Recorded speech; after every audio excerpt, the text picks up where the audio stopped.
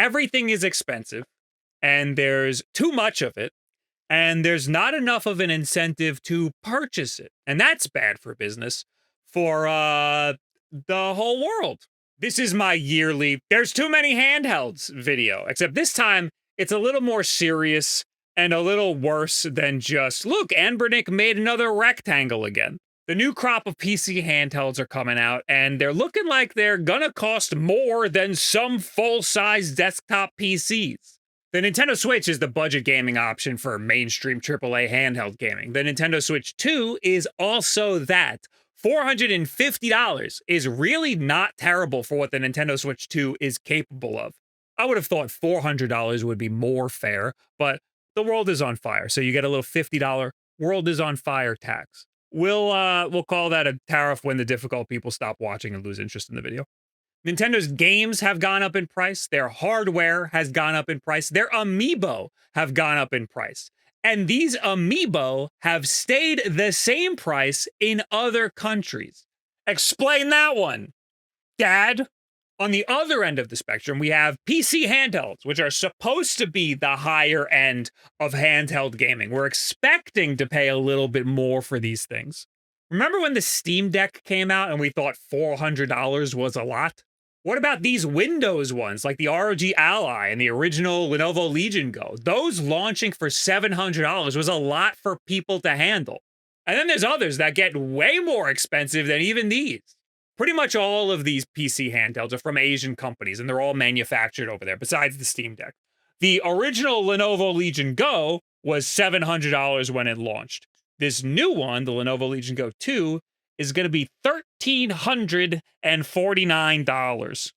It doesn't feel like that big of an improvement. I mean, it is an improvement. The new Z2 Extreme chip, probably the most beautiful OLED screen we've seen in a handheld to date, if the specs mean anything. Probably the exact same loud as hell fan we've always seen in these Lenovo's. I think it's actually going to be pretty good, but I don't think anybody was expecting it to be double the price of the original that came out just 2 years ago. For what, 20% more frames in Fortnite? There's a lot of fingers to point here, and we can't really blame Lenovo because they're all doing this. The Xbox ROG Ally X is also coming out soon. We don't have a price on that yet. And I'm not exactly sold on these leaks because these are from a retailer. Someone just asked a retailer what the price was. We've seen before that retailers are not exactly the most accurate at this. Previous leaks were saying it would be over $1,000. That's going to be a really hard pill to swallow for people who are expecting Xbox prices. We can only hope that the price can be subsidized by the Xbox brand. $900, unfortunately, would be subsidized. $900 is better than $1,300, but that's still a lot.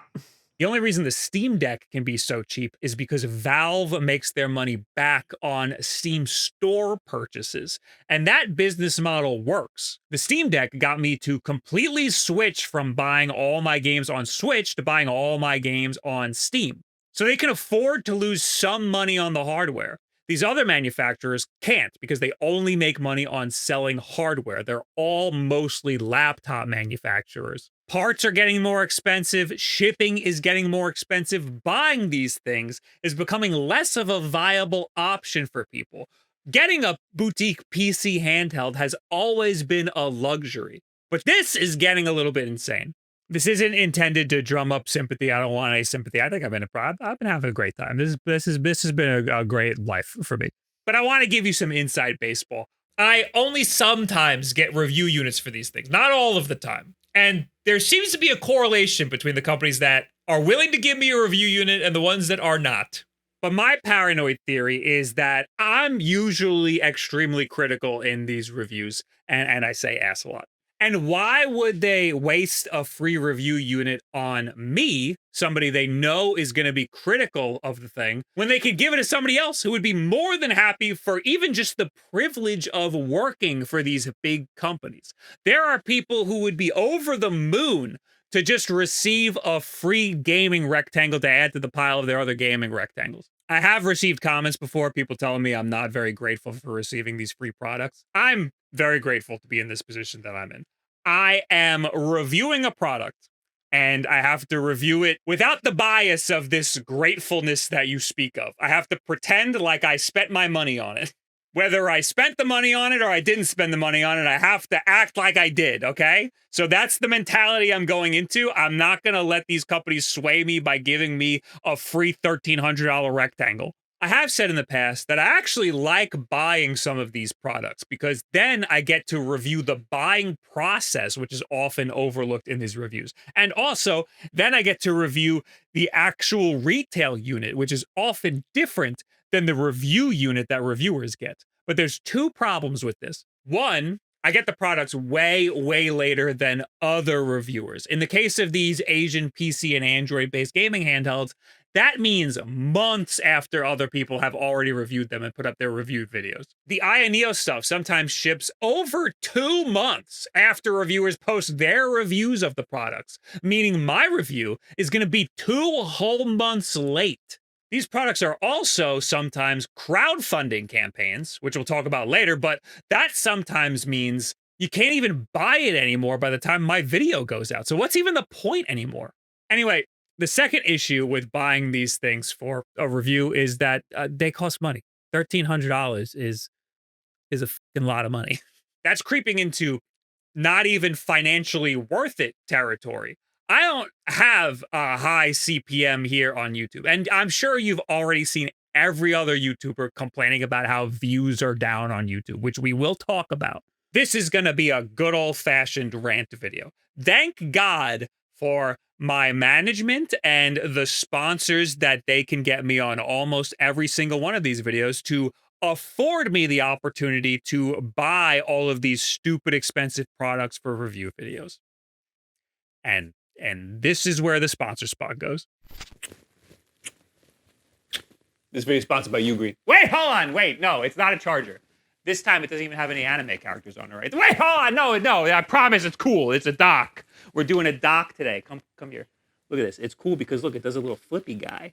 And now, because of the flippy guy, this dock can hold whatever USB-C handheld, whether it's tiny or a big PC handheld, and fling it right to your TV in 4K. Wow.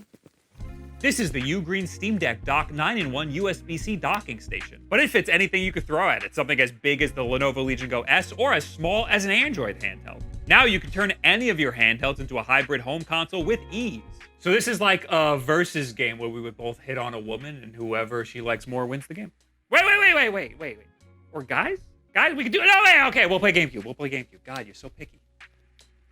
2 USB-A 2.0 ports for keyboard, mouse, or gamepad. 10 gigabit per second fast data transfer, supports up to 4K 60 Hz via HDMI. Power delivery up to 100 watt fast charging, which is more than enough for Steam Deck or even the Ally X. And it's just $40 right now, which is extremely cheap for a dock like this.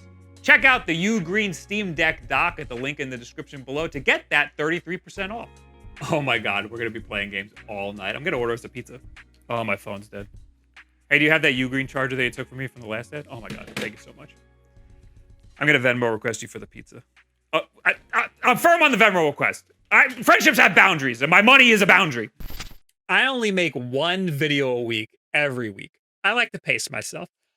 Most of the time, that doesn't feel like enough. Sometimes I might struggle to come up with a topic for that given week, but most of the time, there's too many topics to choose from, and I feel like there's just not enough time to talk about all of them. And honestly, I've been pretty happy with that pace.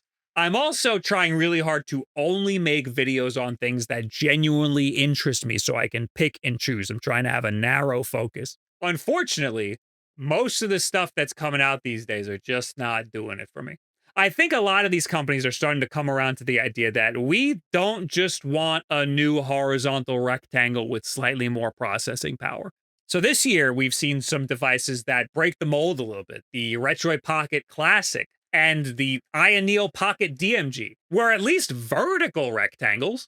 We've been seeing a lot of dual screen handhelds that are in the pipeline. And I mean a lot. Ioneo has 2. Ein has one that's being crowdfunded right now. The 1X Sugar just ended its crowdfunding, so mine should be here any minute now. Even though review videos went up literally 2 months ago, I'll sprinkle in some more inside baseball throughout this video. I know you guys just love drama videos. I absolutely refuse to throw shade at other creators. Companies? The 1X sugar is being made by 1X player. I've reviewed exactly one 1X player device, and it was this big gaming tablet thing with these big, ridiculous controllers that are slapped on the sides. The controllers were dumb, but the tablet is actually really cool. I actually got a review unit for that one. After I posted that video, a couple days went by, and then they emailed me and told me to take the video down because they didn't approve it yet. That is not how that works, and also potentially an FTC violation. You cannot tell me what I can or cannot say in a review. If it's called a review, it's a review. Sometimes before a product is released, there's like embargoes and a review document you can like reference and abide by. But once the product is out, it's out. You can say whatever you want, it's out. There have also been multiple times where companies, usually the big companies, will require me to say that a review video is either a sponsorship or an ad just because they sent me the product for free. So I'm obligated to give you a little bit of a disclosure here. Sony gave me this product for review. So they want me to put hashtag ad somewhere, which seems like an error because it's not an ad. So I'll just put product provided by Sony. See what I did there? I covered all my bases. I really don't like when companies do this because it implies that I would have some sort of bias just because they gave me the product for free. I think you can judge for yourself whether or not that bias is here. I understand why it's important to disclose when we get a product for free, but that is absolutely not the same as a sponsorship or even worse, a hashtag ad. Free product does not equal compensation. In the freelance world, if you're working with a company and they offer you the product, you'd be like, I need money to pay the bills. You can't give me this. Obviously, we don't want money for a review. That would be a whole other FTC violation. Some people will do anything for a free computer, and I completely understand that. And that's why it's important to disclose when we get a product for free. That mystique is completely lost on me. I get the rectangle and I review it for what it is, regardless of how I got it. But as a viewer, it's very important for you to have that relationship with the reviewer or the influencer that you're watching. Unfortunately, it is on you to pick a reviewer that seems trustworthy to you based on the previous videos that you've watched of them. I have had the privilege of meeting a lot of these other handheld YouTubers, and I'll say this handheld YouTuber community seems to be extremely genuine, and I think that it's just because we're all nerds, and some of us are pretty old. We're not in this for anything other than just reviewing a product we may or may not like. That doesn't mean everybody's genuine. It can be very intimidating to have to deal with these big companies, and it can be a lot of pressure on somebody to be extra nice in their reviews so that they can be sure that they will get the nice new rectangle the next time around. I cannot imagine what it would be like these days to be a small, young YouTuber getting emails from a billion-dollar corporation about the launch of their next new thing. As cool as it is to get invited to an event, you have a job to do. And potentially thousands or hundreds of thousands of people who are relying on you not to be swayed. Also, being overly positive about things does sometimes lead to more views. Being extremely negative about something also can lead to more views, but that's not exactly sustainable in the long run to be a curmudgeon all the time. I am not a curmudgeon. I'm a realist. Okay, Mom? Right now, YouTube views are down, and there's a myriad of reasons why this could be, and I've been saying for over a month now that it's just August. Every August, and now it's September too, it bleeds into September. Every time, every year around this time, views go down. And then YouTubers just forget that that's how it is around now. They just forget that every August the views are going to go down, and then they complain that the algorithm's out to get me. It can't possibly be that everybody's out vacationing and enjoying the nice weather. It has to be the algorithm's out to get me. The scapegoat for YouTube views being down seems to be ad blocker. YouTube made some change that blocked ad blockers, and that lowered desktop views, but didn't really affect ad revenue. And that makes sense. This would affect sponsorship revenue in the future because sometimes they use views as a metric. But I personally don't think that this is the whole story. I think that it's a cocktail of things, the biggest of which being just the time of year that it is, and also the state of the world right now. The ad blocker thing is just a drop in the bucket. The way that YouTube blocked these ad blockers made it so that if you had an ad blocker and you went to YouTube, the site would just never load. So my theory is that most people just went, huh, my computer's being weird. And then they just picked up their phones and kept watching on there. And that's why PC viewership went down and mobile or TV viewership went up. For me, it was TV viewership. That doesn't really explain why the ad revenue didn't change for most people, but like, whatever. I didn't realize that most of my viewers are on mobile. Do you guys not know where the subscribe button is on mobile? It's right, it's the big white button. I think it's mostly, and maybe even almost entirely, the month that we're in and the state of the world right now. Unfortunately, these videos are on tech products that are getting more and more expensive. When COVID hit, some people were out of jobs, but this was like escapism for them. People had nothing to do but watch YouTube videos, and they hadn't run out of money yet. So watching videos like this was essential for seeing what they were going to buy to pass their time. And a lot of these YouTubers who are complaining about low viewership are making mostly videos about video games or tech products or whatever. These days, people don't have money. Everything's expensive. Breathing is expensive. And these products that are often the main topics of these videos are getting obscenely expensive. Suddenly, it's not so much escapism anymore. Sometimes it's fun to watch a review for a product that is financially out of your reach. I'm not going to get a Lamar Zocco anytime soon, but sure, YouTube, I'll watch the 7th review video for a Linea Micra.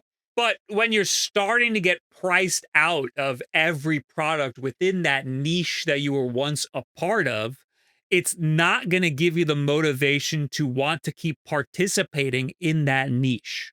We're used to products advancing year over year, but we're not used to these advancements becoming less and less advanced, and the prices making such a huge leap all of a sudden, seemingly out of nowhere.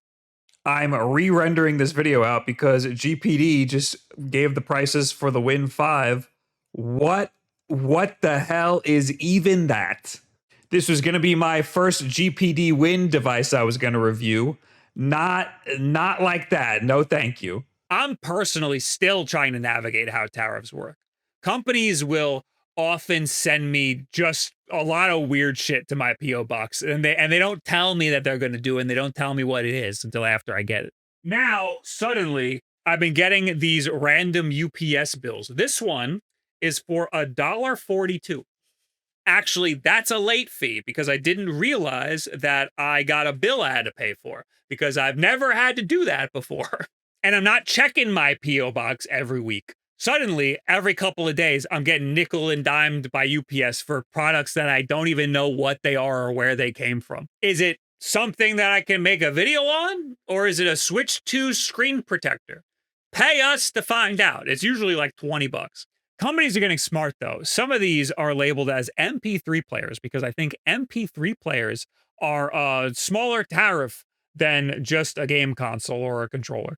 Another new thing that has suddenly and mysteriously started happening ever since these tariffs are shipping issues. I have a P.O. box that I get all of these products shipped to, and I pay extra for this P.O. box to show up as an apartment number so that companies like FedEx, UPS, and even DHL will ship to this apartment. But a lot of these foreign companies use other third parties. They used to all use DHL, but they all stopped using DHL. I've been seeing a lot of GoFo Express, whatever the hell that is. Suddenly, GoFo will not ship to my P.O. box anymore. They show up, see that it's a post office, and then they just leave. It's extremely frustrating and only started happening just this year. So on top of me purchasing the product and getting the retail unit months after everybody else has already reviewed the product, I also then have to redirect the shipment after it gets stuck in transit. And that is why I still have not received my Retroid Pocket dual screen, whatever the it's called, the extra screen for the Retroid Pocket. Does anybody even care about that thing anymore?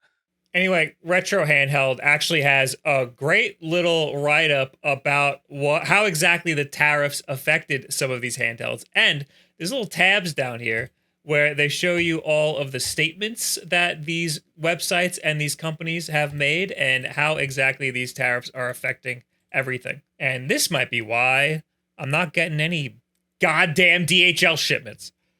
I was complaining about crowdfunding campaigns before. I hate when an established company builds their whole business model on crowdfunding campaigns. It's just a glorified pre-order process. I understand if you just want to gauge interest for a new wacky product, but companies like Neo do a crowdfunding campaign for every single one of their products. I have a lot of problems with Retroid, but at least Retroid does the pre-order process on their own website. Most of the time, by the time the crowdfunding campaign ends, the price skyrockets because you don't get that early bird pricing anymore. And at that point, they've also already announced their next 12 handhelds that also have crowdfunding campaigns already. So by the time the product ends up in our hands, all of the hype is lost and everybody's already thinking about the next thing that it was just in the news cycle. And by the time I put the video up, sometimes no one else can even buy the thing because it's either way more marked up all of a sudden, or they're just not selling it anymore after the crowdfunding campaign. They don't want to make anymore. And you're gambling on getting the first run of these devices. Retroid almost always has issues with the first run of their devices. Neo is just as bad. Every Neo Windows handheld that I've ever owned has died on me. The Neo Next got battery bloat, which was a little bit my fault because I left it on the inside of an arcade cabinet. But I've also had the Steam Deck and the Nintendo Switch OLEDs on for way longer, and those are fine. My Neo Air will not hold a charge at all. It does not work off the charger. And my Neo Flip DS stopped recognizing touch inputs on the bottom screen. I didn't mention this in my last review video of the newest Neo Flip device because I just thought it was a fluke. After that review, I sent the newer Neo Flip DS back and I decided I wanted to play mine again. So I booted it up and tried to fix that touchscreen issue that I thought wasn't really a big deal. But it turns out that this is an issue that every single original Neo Flip DS has, if it has ever been updated to the last Windows update from a year and a half ago.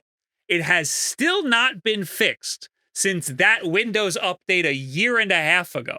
There is a really, really stupid and convoluted workaround for this. I could not get that workaround to work at all. So the only solution for me to get my Neo Flip DS's bottom screen to have touch support again is just to roll back the Windows update to a Windows update that happened over a year and a half ago. So now I can never upgrade my $800 device that I bought.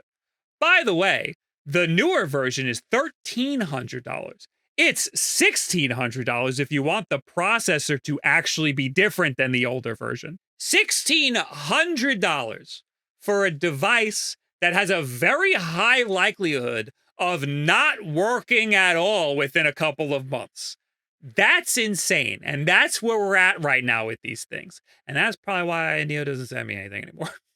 Imagine a world where the Steam Deck is the cheapest handheld on the market. I never would have guessed that would be the world we're living in. Unfortunately, the Steam Deck is starting to show its age. Kind of. I was playing a Hollow Knight on it recently, and I completely forgot just how beautiful that OLED screen is. It's well worth it, even at 800p, and even with its low-ish processing power. Newer AAA games releasing these days are not being optimized well, and the Steam Deck is taking a massive performance hit. Every time there's a big new AAA release, I see it pop up on r/Steam Deck with a performance test, and it hasn't been going great lately. But at least the game runs at all, honestly. At least it's an option. It would be very nice to get a new iteration of the Steam Deck, but I don't see that happening anytime soon. And I don't see that coming anywhere close to that $400 that we had previously. I'm sure it will be subsidized a little bit, but it's still going to be more expensive than the last model. Plus, a recent rumor said that the Steam Deck 2 is slated for 2028. Statistically, some of us will be dead by then. I don't really have a way to end this. I didn't expect to yap this long. I've been yapping for an hour and a half already. There isn't really a solution or a silver lining here. This is just a storm we're gonna have to weather for a little bit. There will always be videos to make and things to talk about. So I'm personally not that worried. I am a little more worried for general consumers because these things should not be as expensive as they are. It should be a lot easier for everybody to be able to get the entertainment products that they want, to get the entertainment that they want. The technology market will eventually fix itself or completely collapse. Who knows? But I'm sure we're just going to be in a little bit of a rough patch for just a little bit. There are so many handhelds out there on the market right now. So you would think that for a channel that is focused on just gaming handhelds, then that would be a great time. Honestly, it's been great for a good solid 2 years. I mean, I've been having a great time since the Switch 1 came out, but I'm just saying, in terms of that global handheld market, it's been great for like a good solid 2 years. We'll be back to normal, I'm sure. I just wanted to complain about how expensive everything is now and how some of these companies operate from my perspective. I'll continue to try to only make videos on things that Jimmy my jams or whatever. And you should save your money and only buy these things that genuinely interest you and not just because some influencer said that it's got slightly better processing power or it fits really nicely in his big sweaty hands. The one you have right now can probably play all the same games just fine and was probably way, way cheaper when you got it. That one's gonna be 90% of the way there, even with all of these new $1,000 ones coming out. You'll be fine. We'll all be fine. It's just video games. What do you guys think about this big, fat, stupid rant? I have, believe it or not, more to say, but I'm gonna stop. I gotta stop. I think I'm gonna do it. I'm gonna give away this Lenovo Legion Go S because I have the SteamOS version sitting in a box over there that I still have not opened. This is the Z2 Go version, but it has SteamOS on it, even though it looks like the Windows version. So I'll leave SteamOS on it and I'll give it away to one of you guys. If you're subscribed, I would like more subscribers. Thank you. I'm almost at 1 million. And the link will be in the description. It will probably be an Encore app link because I like that app, Encore. Thank you, Ugreen, for sponsoring this video. Don't forget to check out their Steam Deck and PC handheld dock. If you want to talk to me, the best way to do it is over on twitch.tv/Wulff. Then whenever I'm live, we can just have a dialogue. You can ask me anything you want. I'm usually pretty open about all this stuff. The most important thing you could do to help support us here in these trying times, subscribe and share this video with a friend who is thinking about spending $1,300 goddamn dollars. I don't want to talk him out of it. Maybe we can sulk together. Thank you very much. Have a good week.